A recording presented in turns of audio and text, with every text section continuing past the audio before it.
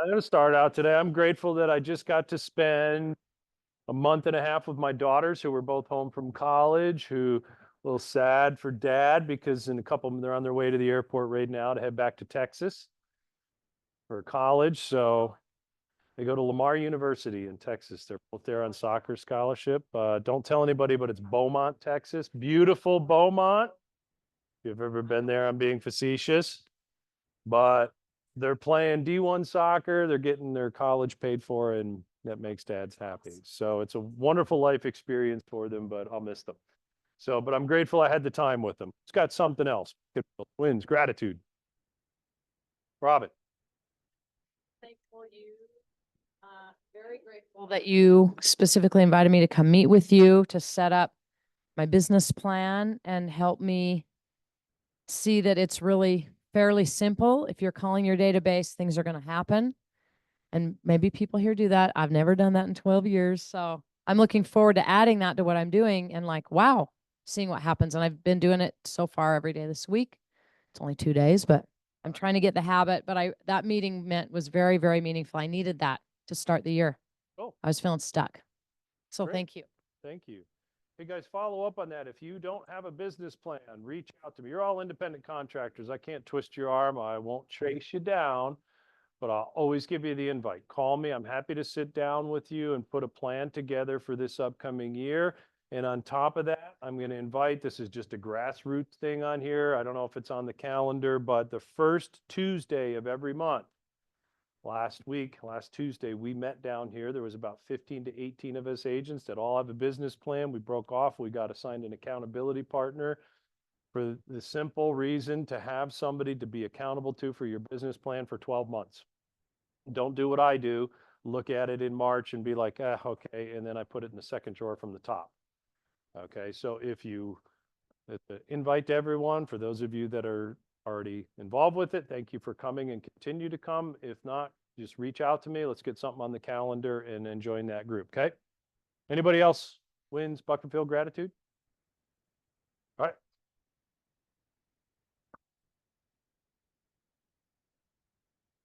Ian, should I be using the mouse? Should I just click the side of the screen?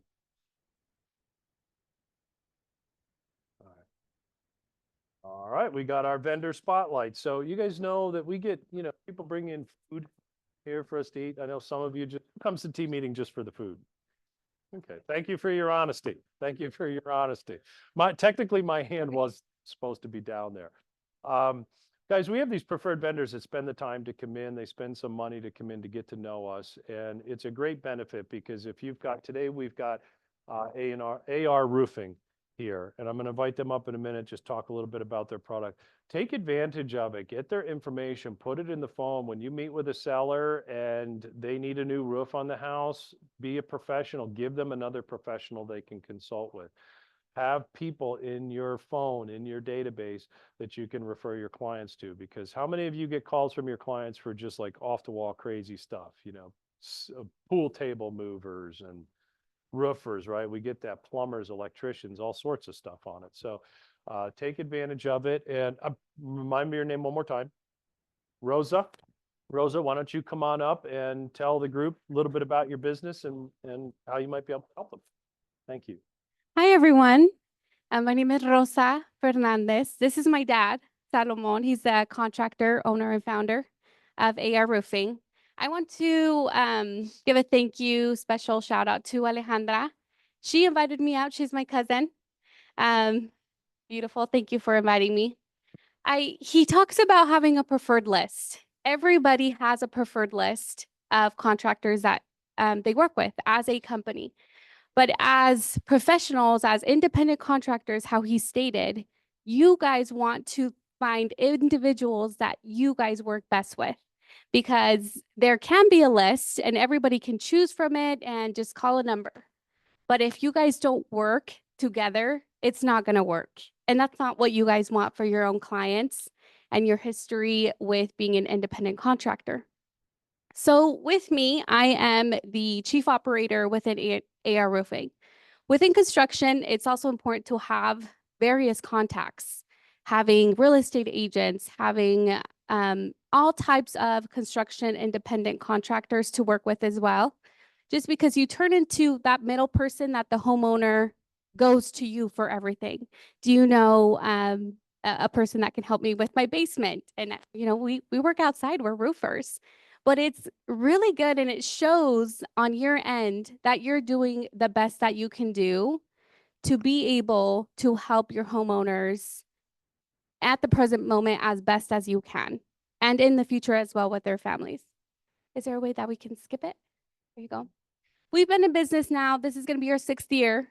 He's been roofing now for over 28 years.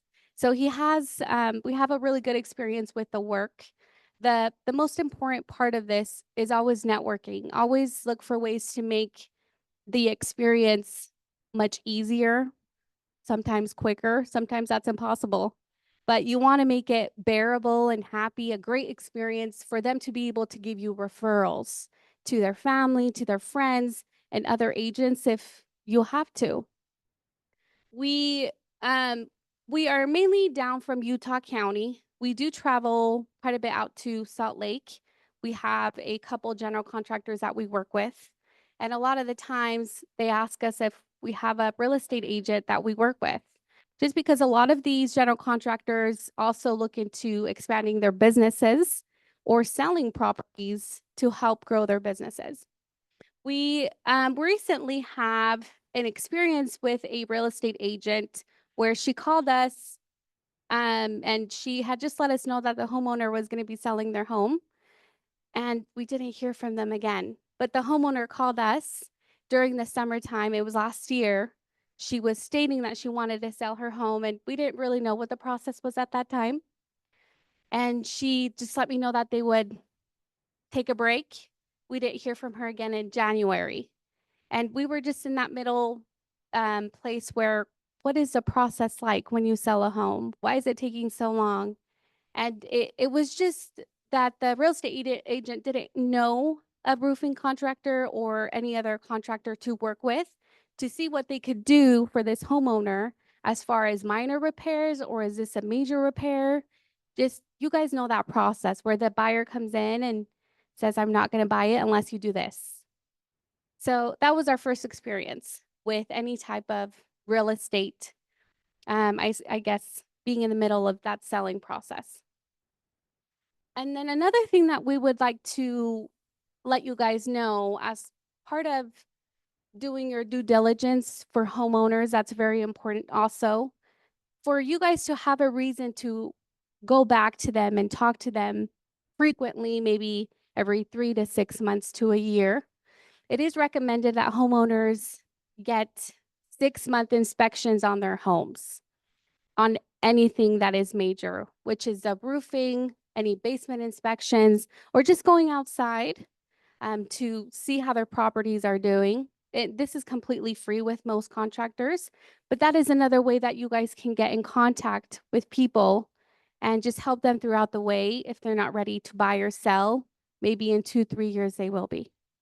So with that being, we'd love to help you in any way that we can, or if you guys have had questions. We know a lot of general specified contractors also. So maybe the people that you guys already work with, you can network with them and just have a list of people to work with. Do you guys have any questions? No?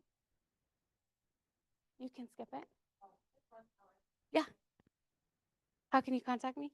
Thank you. I have posted a link here where you guys can just take a picture to scan it. It's the next one. That one. So our top one is our Facebook page or our Google account.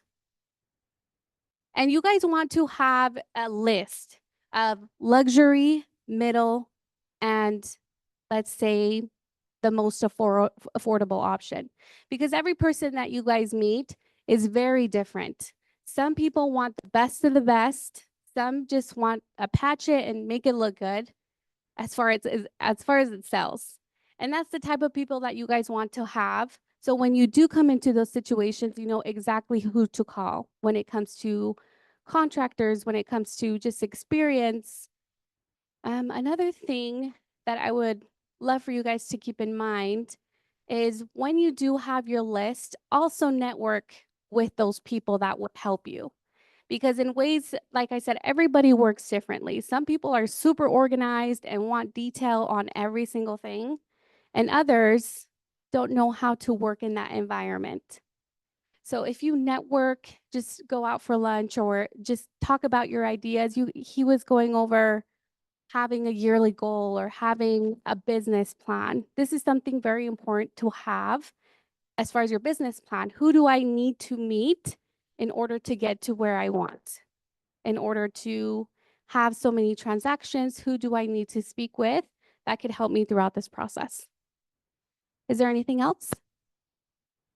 Yeah. A number. I could just say it out loud. It's 435.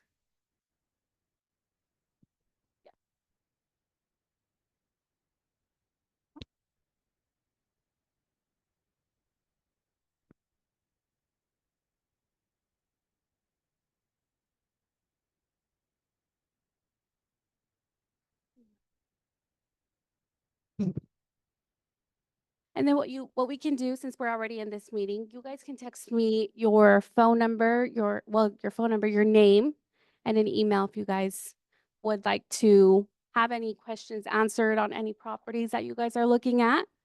I could refer you guys also to a couple other contractors if you guys need any. Anything? AR Roofing, yes, or Ayala's Roofing.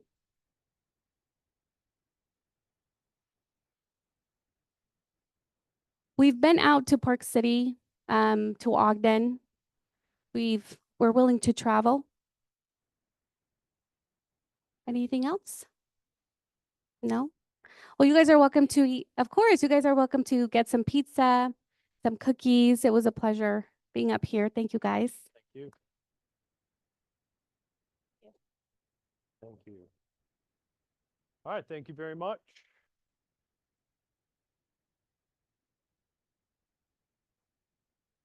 Ready to, oh, I get the clicker. All right. All right, let's move on to birthdays. Zoe, Tony, Kyle. Recognize that one lady right there. Heather. If you guys have never met, I do have a wife. Her name is Heather, and that's her picture there. No, we celebrated that. That was last week while the kids were here. Terry and Jana Lynn. I did see Jana Lynn is here. Is anybody else here? Any other birthdays here? Is it just happy birthday, Jana Lynn? In a few days, right? All right. Okay. Just a reminder, Martin Luther King Jr. Day, Monday, office will be closed. So plan accordingly, especially earnest money, right? I'll throw the broker plug in there. I recognize this guy right here, the road to 100K plus. Ian has a class. Do you want to say anything about it? Sure. This is happening today, right after the team meeting. It's going to be from 1 to 2. This is huge. This is one of the big classes to get you in the 201 Plus Club. Let's get your business rolling for this year, get you set up for success. This is a great one. If you are available, I would love to see you there. You're going to be diving into Command. Oh, yeah. So there's a couple agents I talked with about getting familiar with Command, Robin. So probably be a good idea to getting more familiar with it. Thanks for being a good sport. Okay, thank you, Ian. 6 personal perspectives. But show of hands, who's taken this class? Who has taken this class? Only a couple of you? Guys, this is a really good class. I don't know how to, I think we were talking about it last week, maybe changing the name or something, make it a little bit cooler. But listen, 6 personal perspectives. You really want to get in touch with these foundational models for your life.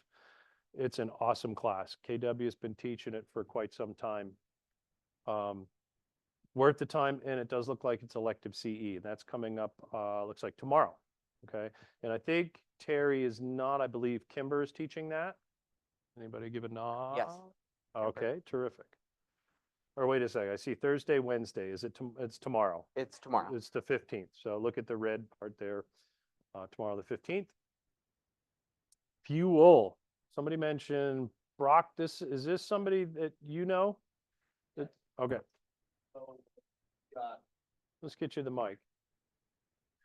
For it, buddy. Okay, yeah, thank you. So Rene Rodriguez, if you haven't heard of him, not a lot of people have, but he specializes and has his whole career in the neuroscience behind sales and communication and leadership.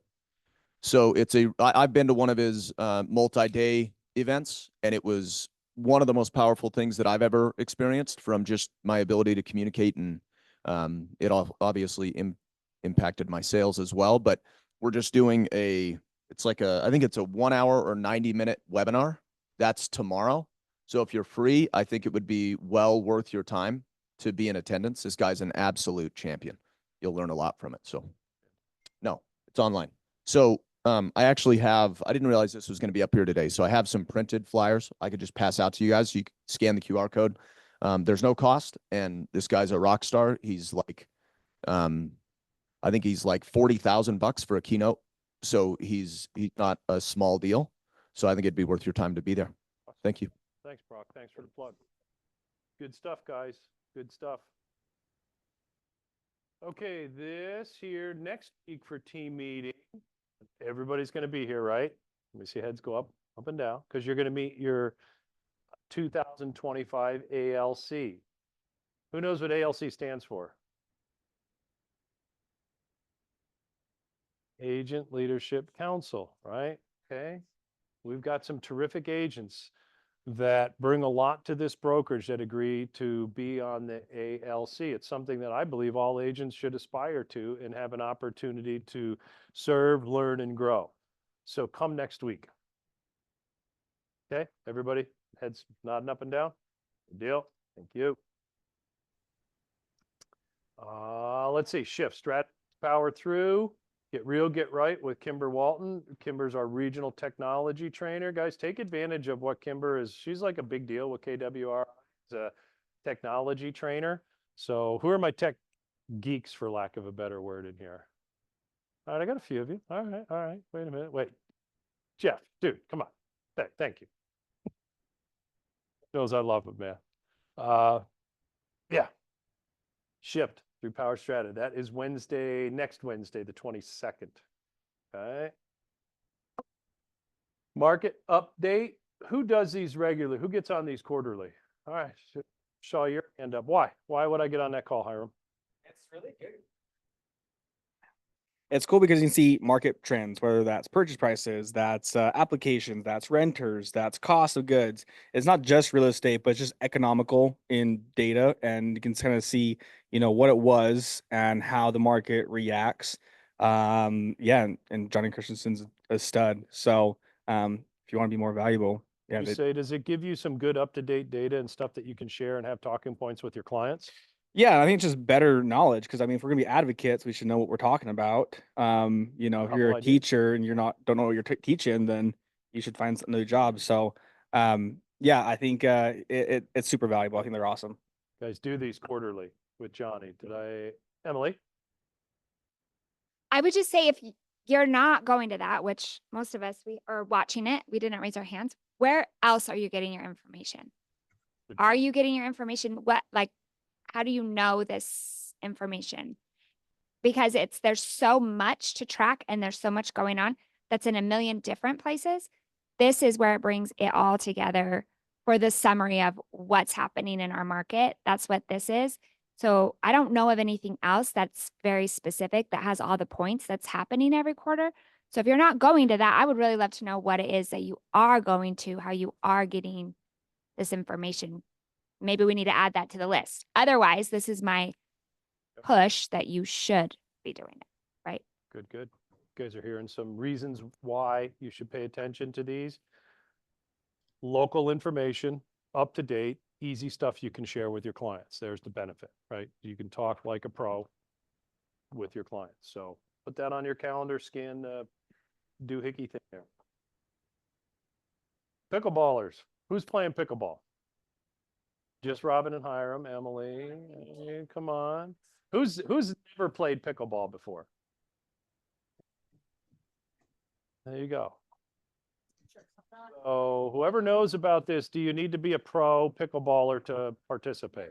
No. No. So guys, you honestly, you can learn to play pickleball in like an hour. It's not hard. That's why it's such a growing trend. There's kids that are 8, 9, 10 playing. My stepdad's 85. He's played for 20 years. I mean, it's not hard. You should definitely come. It's really, really fun. And if there's not a beginner teacher, I'll offer to be the beginner teacher. Okay. I'm happy to. Yeah, thank you, Robin. And Okay, and just to oh. add on to that, we have 10 dedicated courts. We'll have instructors there. We'll have tournament directors there. So this is going to be a great time, everyone. Yeah. And I think you guys, if you have clients that like to play or have mentioned what's the craze about pickleball or we want to play, invite your clients, invite potential clients. Yeah.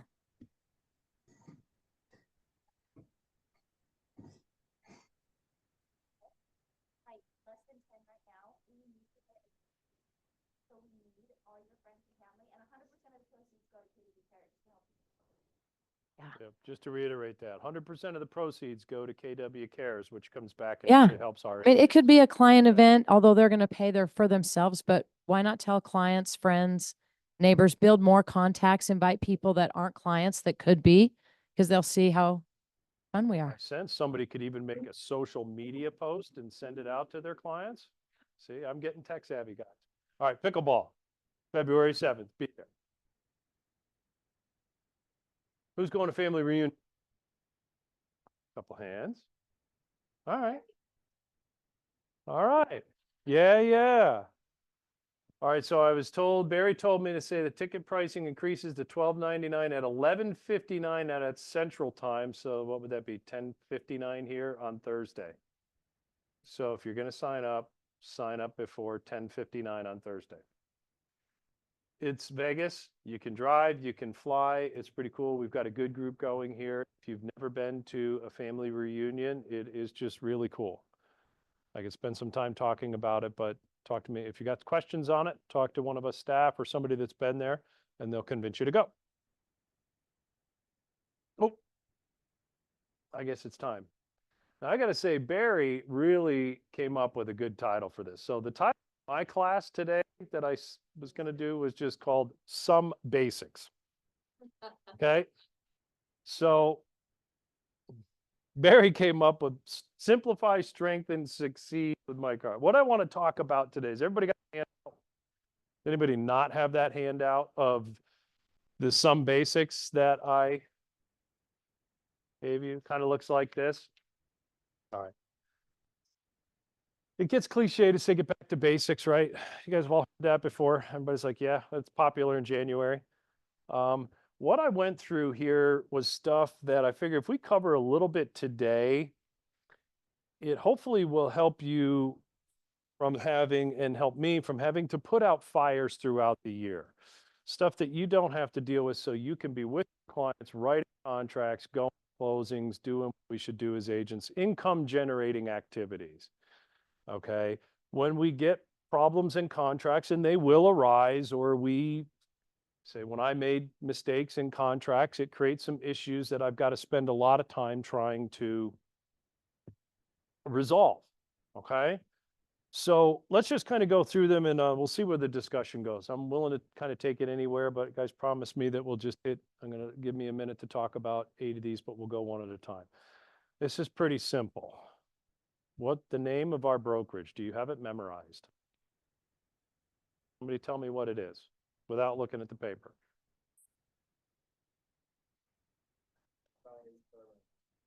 KW, South Valley, Keller Williams. We had nothing to do with that. That's the division of real estate, as that's what the name of the brokerage. At the end of that paragraph, you see KW South Valley. Is that the brokerage name? Oh, how about KWSV? No.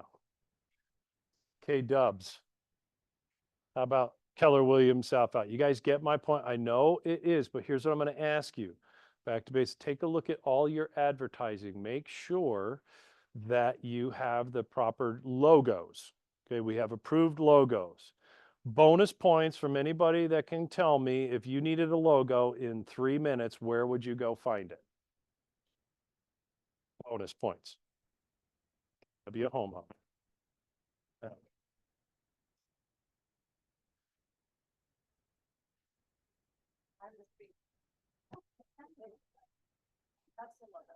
Somebody report him to the division.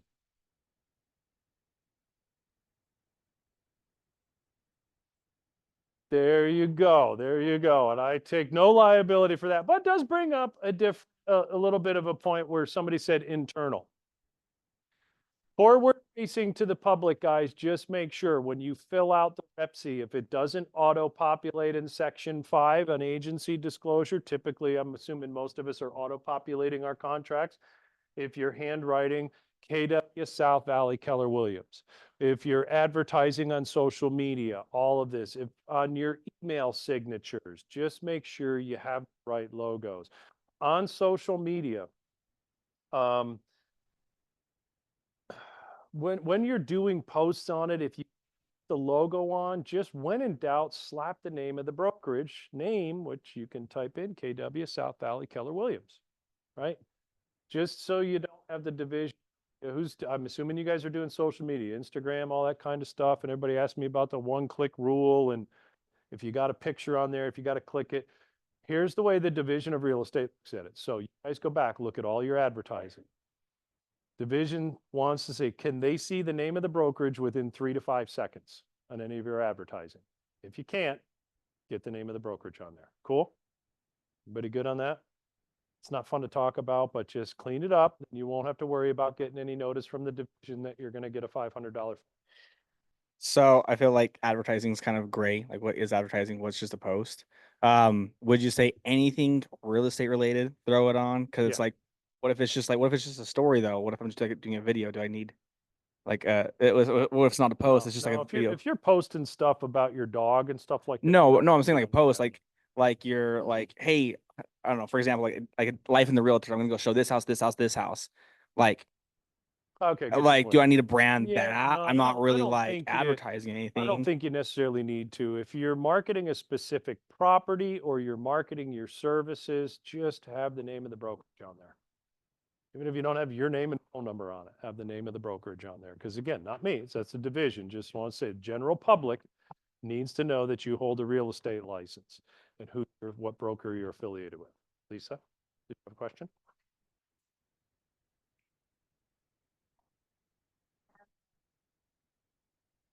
Account and people click on your picture and go to that, you could have KW South Valley Keller Williams on that. That would be your thing. So not every post you would have to put the logo on, Not but you would necessarily. have Just it if you're advertising at that. one of your listings in that, go the extra mile, get the name of the brokerage. And Mhm. if you're writing a best house that you've ever seen, come enjoy the views, call me, Mike, 455-8252. Just put the name of the brokerage in it. You guys are doing a fantastic job at this. Okay. Because I don't always hear about it, but now the division, if you get a complaint on it, they now have to email me. So I'll actually see if a complaint has come in on it.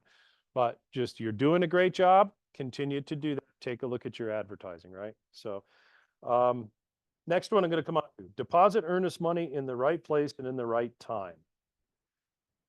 Who typically, when you're representing buyers, holds the earnest money here at the brokerage? Okay, a few of us. I guess I do. I just have done that.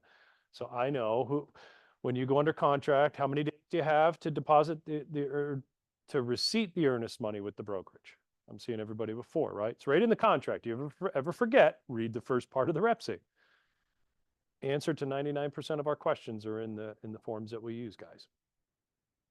If you hold the earnest money at a title company, how long do you have to get that to be dropped off to a title company? Marcel, Liz, you guys can't answer this question.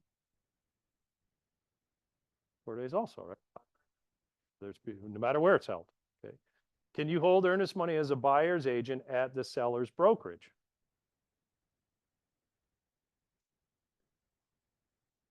Yeah, you can. There's times when that comes. There's some, in our brokerage, we allow you to deposit. There are some brokerages that do not. If you're a listing agent and you're dealing with a buyer's agent, and that the buyer brokerage does not hold earnest money and they want to hold it at title and you don't want to, you can request to have it held at the listing brokerage. Okay. Same rules apply, deposited within the 4 calendar days. Marcel?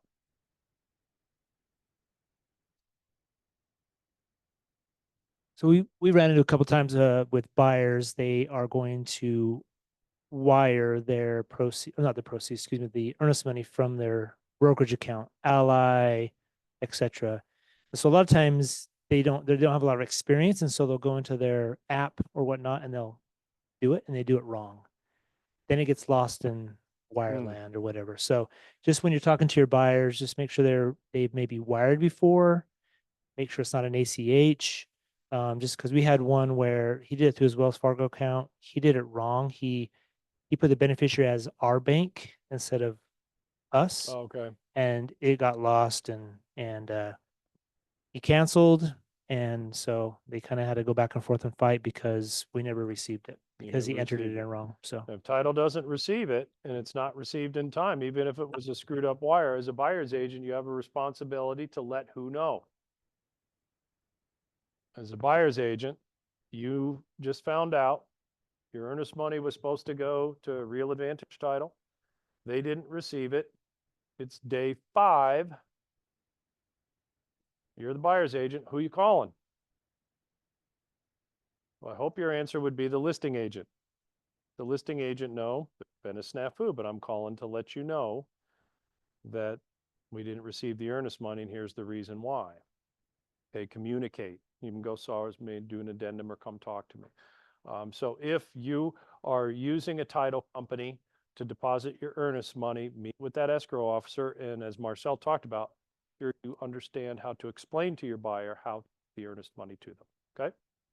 So, and I say in the right place at the right time. So if you get an earnest money check and you don't do the addendum that says the earnest money will be deposited with a title company, it is understood it needs to be held here.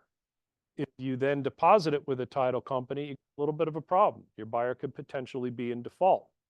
So that's what I'm talking about. If you have the addendum to the contract, and everybody knows what I'm talking about, the deposit of earnest money with a title insurance company, if you have that signed and you go under contract, you need to deposit it with the title company. You can't bring the check here, okay?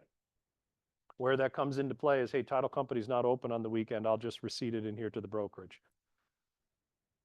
Not do that, okay? Next one, guys, not show homes without permission follow the showing instructions on the MLS. If those of you that follow, like Salt Lake Board, I noticed had a post on there yesterday, which kind of goes in tune with this about following instructions on the MLS, guys. Don't be accused of trespassing, especially buyer's agents. If you are you're under contract on the property and it's vacant, give the listing agent a heads up or schedule it on there every time you go in the property. Just cover your tracks.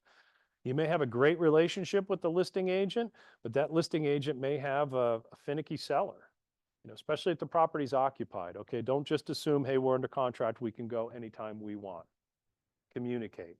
I know nobody in here has ever done it, but turning lights off, locking doors to properties, take the time to please go through and make sure the properties are secured. And lastly, if you schedule a showing appointment on a listing and your buyer changes their mind, you're scheduled to show it in a half hour, it's an occupied property, your buyer changes their mind, or like, we don't want to look at that one, what do you do?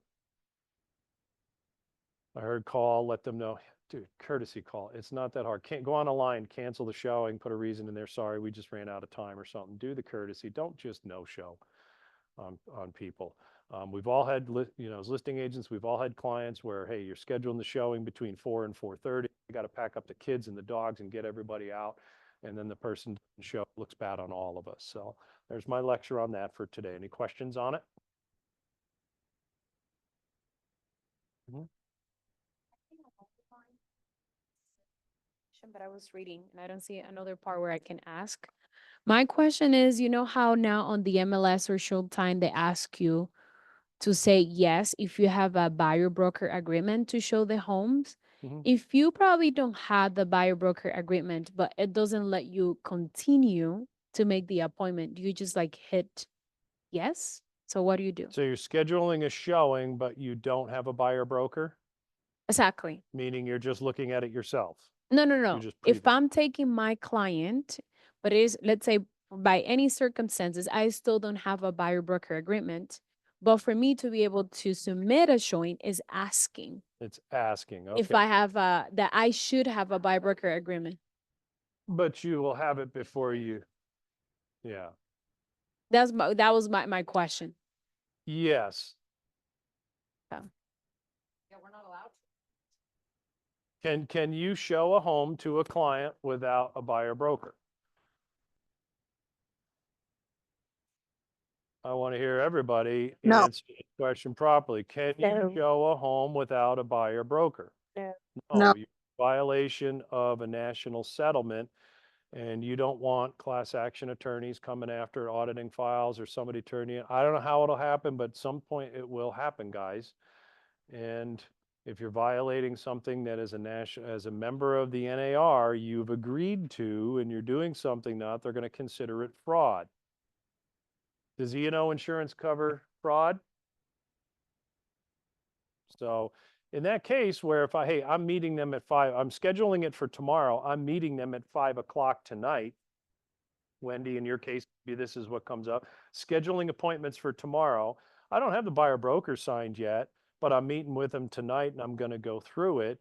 And it asked me on that. Yeah, I'm probably just going to blow through it on the aligned. And if I'm wrong, I apologize to anybody that hears this, but what I'm going to do is I will have a buyer broker before I show that house. But to get it scheduled, I think that's reasonable to do that. Sufficiency. I'm going to go back to Janelyn because she's got the microphone next.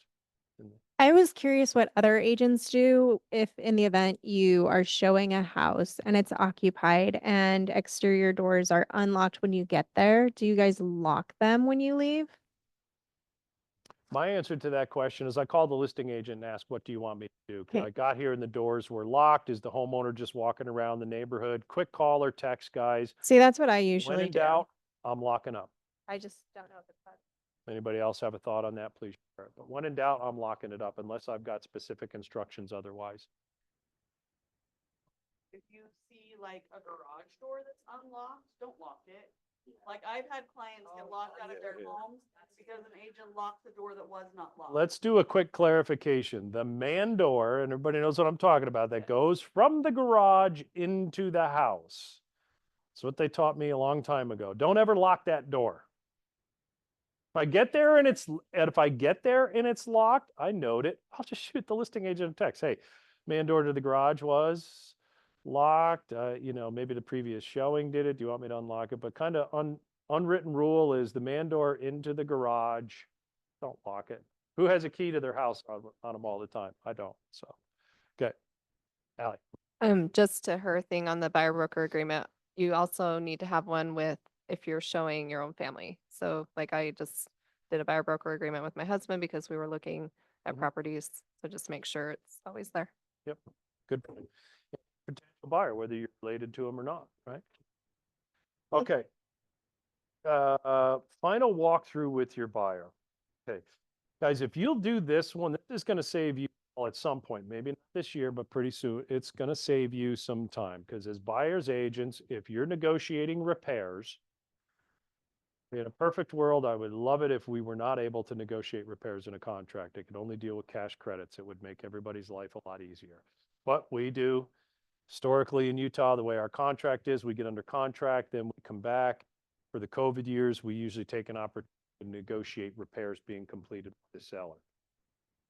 And we get a list of them. And I'm going to recommend, and I'll talk more about this on the last point, is using the resolution. As a buyer's agent, I love the resolution to due diligence. As a listing agent, I abhor it. We can talk after about why, right? But that resolution of due diligence, if you've got repairs that need, and if you're writing them, try to be as specific as you can. But when you're going to close, I'm working on the assumption that everybody, you're doing a final walkthrough with your buyers, correct? Before you go sign, not earlier than 7 days, wait till the last minute. If there was no repairs or stuff, yeah, I'll do it the same day I sign and that kind of stuff. But if there was repairs made, I would go in and make sure that you're looking at those and specifically ask the buyer, is this satisfactory to you? If there's major repairs that were done to it, do it 7 days, 6 days prior to settlement. So if there's the expectation is the buyer wants it perfect, right? And the seller typically is going to do it the least expensive way possible, right? Would you guys agree with that? Okay. It's just if you blow it off, you're really not walking the buyer through and looking at these specific things and making sure that before they go sign, then it gets recorded, then they move into the house and the phone calls start. And you guys will spend hours and hours and hours. And I'm happy to spend the time. That's my job to help you resolve those. But you got a transaction that's closed. You have items that were fixed in a contract that was what word? Starts with an A. Abrogated means the contract no longer exists. Did your repairs survive closing? Seller said they were going to fix this. They fixed the roof on it and the roof is leaking. And they want you to fix it and they want us to fix it. We're not a law firm. So a lot of times I have to recommend people, they got to go to small claims court or money starts getting thrown in and sometimes agents are kicking in. So you can save yourself a lot of time and energy by, I'm always going to be an advocate for, if you're representing a buyer, minimize the repairs, minimize the complexity of it and make sure that the buyer understands that and is happy with it, right? Perfect world, don't do any repairs. Then you don't have to worry about any of this, but we're not in a perfect world. So that one there is just making sure that you're doing a final walkthrough. If you have significant repairs and you've got a buyer that you could suspect there might be some discrepancy afterwards when they get into the house, they start moving around in that. I was actually looking for one. I'm going to find one as just a final walkthrough sign-off agreement. Okay. Or, you could just simply do it on a piece of paper and have it, hey, these were the agreed upon repairs, buyer, you agree that were fixed to your satisfaction. Okay, you signed it, let's go close. So stay tuned for that. I'm looking for a document. I didn't see anything on UAR. Questions, thoughts, comments on that? All right. It will save lawsuits. More so than most of the time, guys, what we're dealing with is stuff that would have to go to small claims court. But usually what happens, somebody starts kicking in money to settle a deal. It's your money. I've done it before myself. I've made mistakes and okay, here, I'll send you some money. I'll call the roofer and I'll have them come back out and fix it properly and I'll just pay for it. We're done with it, right? Okay. So again, just be aware of that, walk through it if you got questions on it, and don't wait till the last minute to do your final walkthrough. You don't want to do it too early, but you also don't want to do it too late to where you're doing your walkthrough on a Friday and you're scheduled to close on Monday and there's some problems with it. It can be hard. The seller may be like, and we thought it was done, but and then you got this settlement date and if you don't sign, okay, Lisa? This just occurred to me, but I'm just wondering as a listing agent, if you could request from the buyer's agent that you get a document signed that says the buyer is satisfied with the repairs. Have you ever done that? You can request it. You can request it. A lender can Yeah, I've request seen it. lenders request it, As but a listing not that agent, I don't common. think we can make them do it.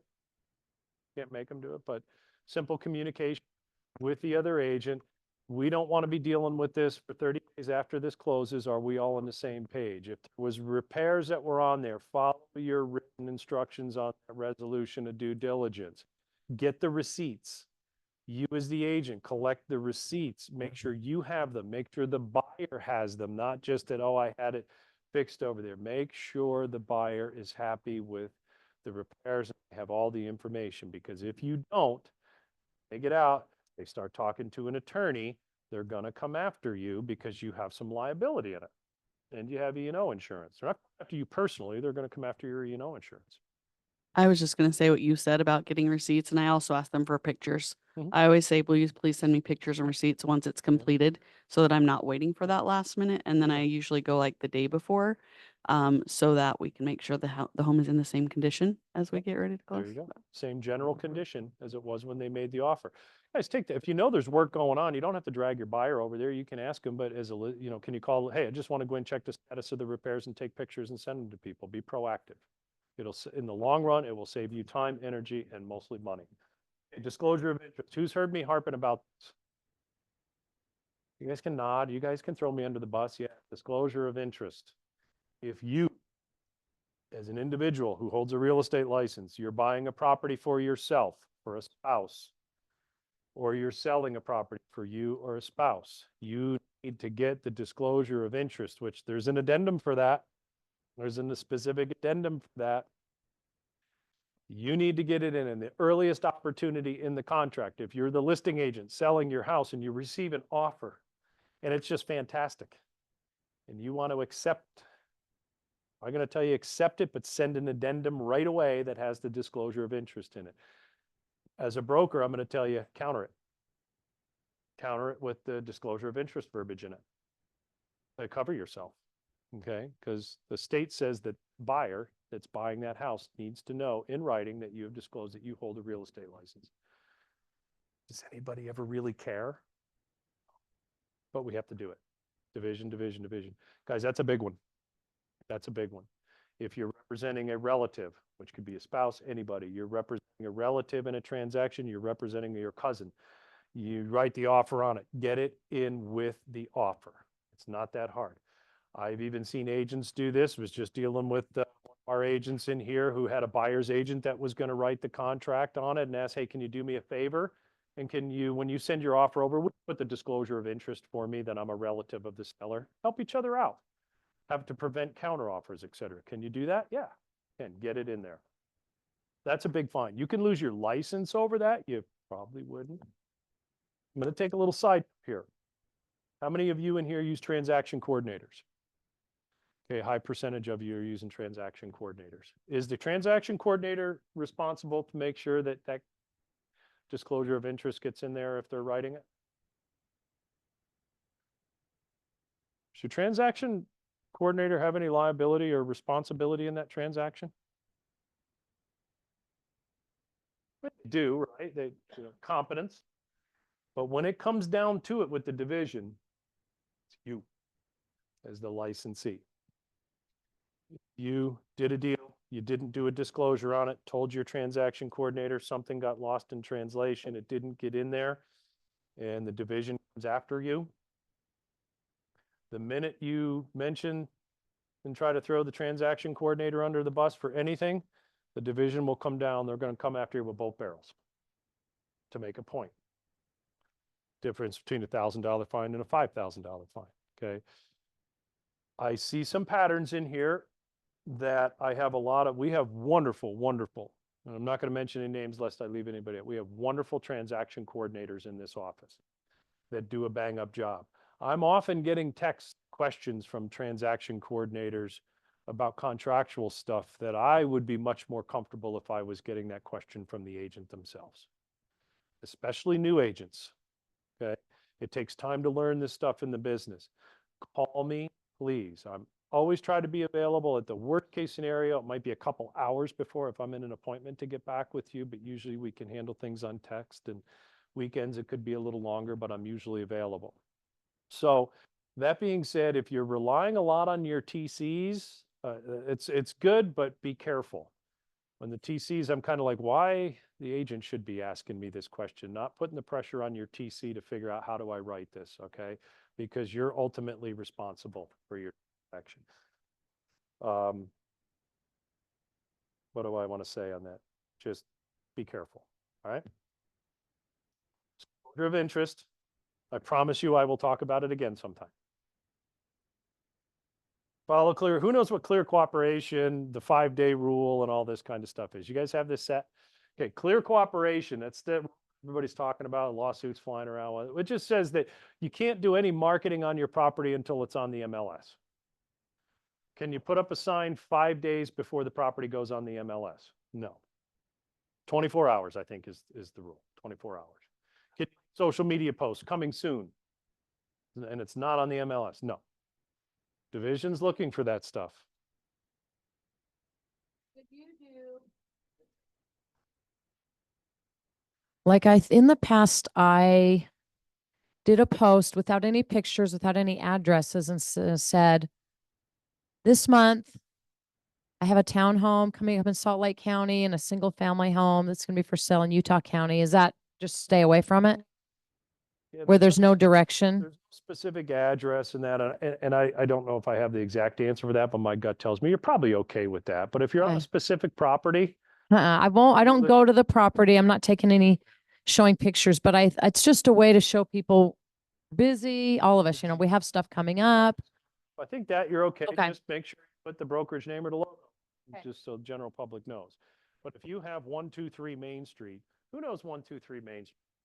Know where that address comes from? Shirley? Yeah. Well, that's from Mike Ferry years ago. We're talking a long, and I think they still use it. And when you were doing role play, that was the address that they gave us. Hi, I'm calling about 123 Main Street. So awesome. No. Might be from Mayberry too, but maybe Mike Ferry took it from Mayberry, from the Andy Griffith show. Okay, so clear cooperation one day. And it's going to lead me into the next one, the MLS exclusion form. And this one, some people just aren't getting it, guys. Nobody in this room. So people that don't come to team meeting that hear me harp on this all the time. But I see the emails come in when you get the $250 fine. If you take a listing agreement, how many days do you have before it needs to be put on the multiple listing service, which is a service to your client that says there's a time frame as an agent and brokerage, you have to put this on the MLS. Is it 5 or so? I heard 7. I heard, what is it? 5 days, calendar. 5 calendar. Okay. How many of you have a listing agreement signed and actually are able to get it on the market in 5 calendar days? It can happen, right? But is it common? Not that common. Me personally, I'm probably 2 to 3 weeks before when I get a listing signed before they're doing their punch list stuff. So curious on this. I got a listing agreement because we're out a little ways on it. But so on one day it shows say the 1st, but then found out on a PR report that it's weird because on tax ID it just shows him, on the PR report it actually shows his parents are on it too. So I get their signatures. So then they didn't get signed until like the 11th, but so it's not signed until the 11th. I got within 5 days of the 11th, so I should be good, even though the original date on the contract shows the 1st, but it wasn't validated until It wasn't 11th. valid until the 11th, until all signers on that. So even though I'm past, So your effect of the listing, my opinion, would be the date. yeah, that even though it says all different everybody on the contract. Correct. The 11th. Well, we don't really have there's no start date to it. It's the date they sign it becomes effective when owners. So in your case, that would be the 11th. All right. So I took listing October 1st and I put it on the market now. What'll be January? Is my DOM okay? My days on market okay? If I have to put, when I'm doing my input, I have to put the effective date of the listing. I can't lie on it. That's the contract date was October 1st. I'm doing it on January 14th. Does it affect my days on market? No, it doesn't. Doesn't affect your days on market. Don't lie to the MLS about your effective date of your listing. So Shirley took a listing Friday. Today's Tuesday. What does Shirley need to do? You're not going to have it on. You're not having photography until next week. But you took this listing Friday. What's your next step?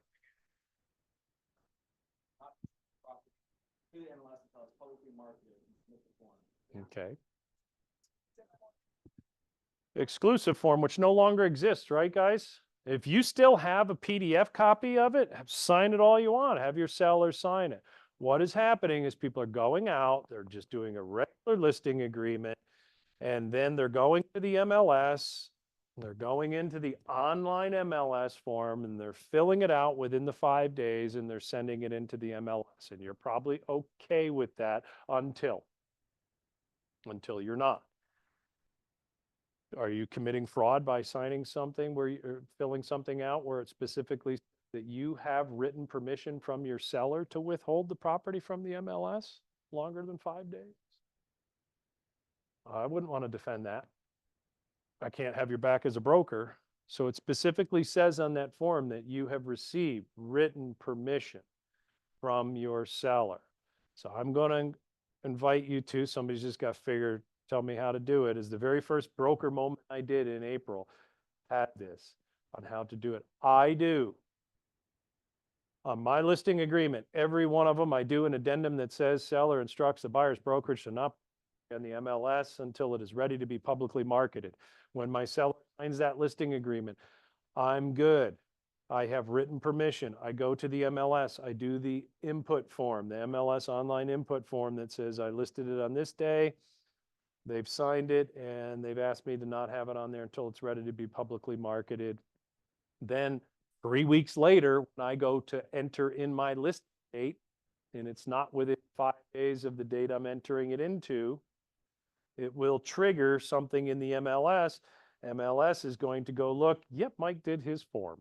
He submitted the form, no fine. If you don't have that form done online and you list it, it's going to trigger it. Just got one the other day and it CCs me on it and gives you a $250 fine. I'm sorry I have to keep talking about this. I really do apologize. And again, I'm not really talking to you guys because I know most of you have heard this before, but if you're not familiar with it, please, if you're using TCs, they should know this stuff. If you have questions on it, let me know.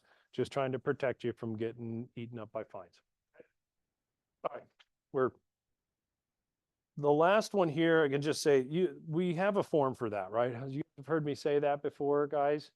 When it comes to, we know we have the REPSI, we've got a blank addendum we can write stuff on. Are you guys familiar with the supplementary clauses on the addendum? Okay. If you're not, come see me. I'll get you familiar with them. They're great. The disclosure of interest is in there. The subject to sale of buyer's property. All these supplementary clauses will automatically load. And then a lot of times there's also a separate addendum for that, like 1031 exchange verbiage that you need to have in a contract. Okay. UAR does a great job for just about every situation that we deal with. We have a form for that. If you want to spend less time cleaning up messes, having to deal with putting out fires, and this is maybe come back to Barry's topic, simplify, strengthen, succeed. Less time putting out fires, less time having to clean up and do addendums. Use the addendums and be familiar with them. Just go read them. I'll tell you what, I've found some as when I took over as broker, I didn't even know existed. Like, wow, we've had a form for that. I'll give you one quick example, and then we can wrap. The closing costs. I used to, for years, we always just wrote, was representing a buyer, seller to pay $5,000 towards buyer's loan, closing costs and prepaids, or whatever it may be. That was fine. What happens if the lender could only use 4,800 of them? Who gets the extra 200?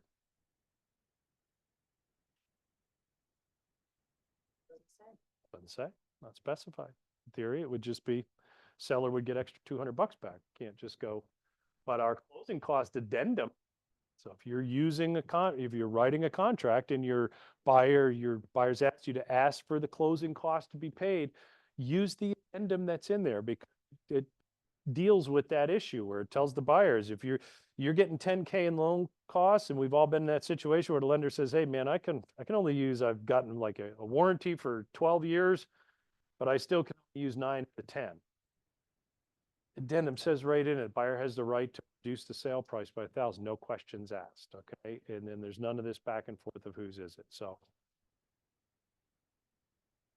lender can use it as a principal reduction, correct? Yep. So your forms are your best friend. That's what I have for today. I hope, and I'm just kind of teasing Barry on this, I hope I was able to simplify your business, strengthen your business, and succeed. More time selling contracts, writing listings, writing buyer contracts, and less time having to deal with, extra $200 if we can't use it in closing costs. So that's a wrap, unless anybody's got any questions. Zoom land, anybody up there? Go eat some pizza. Thanks for coming, everybody. Appreciate it.